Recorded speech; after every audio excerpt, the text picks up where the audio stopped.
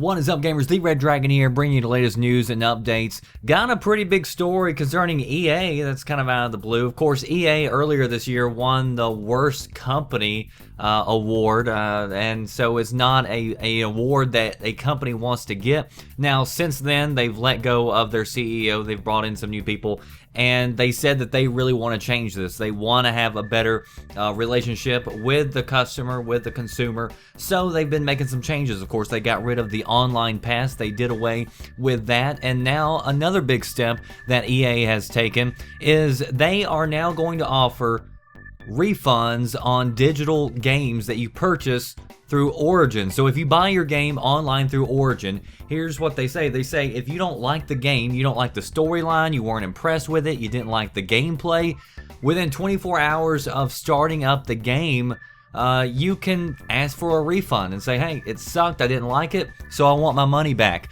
So this is a pretty big development for a pretty big publisher that they're saying now, if you don't like the game, then just tell us and we'll give you a refund. Now, there are some other things, like I think it has to be within like the first 7 days of the game's release, or like I said, it has to be within the first 24 hours of after you launch the game. And then there's some other things where if it's included with the bundle, it depends on the first game that you put in and play. The timer starts with that. So there's a lot of things. I'll leave a link in the description box so you can go check it out. But otherwise, pretty big development. Of course, GameStop does that with used games where you may not know this, but if you buy a game used from GameStop, I think you have a few days that you can go in there and return it and say, hey, it sucked, I didn't like it. So pretty big development for a publisher to come out and say this. Post below, let me know what you think. Does this help EA's overall image of being the worst company?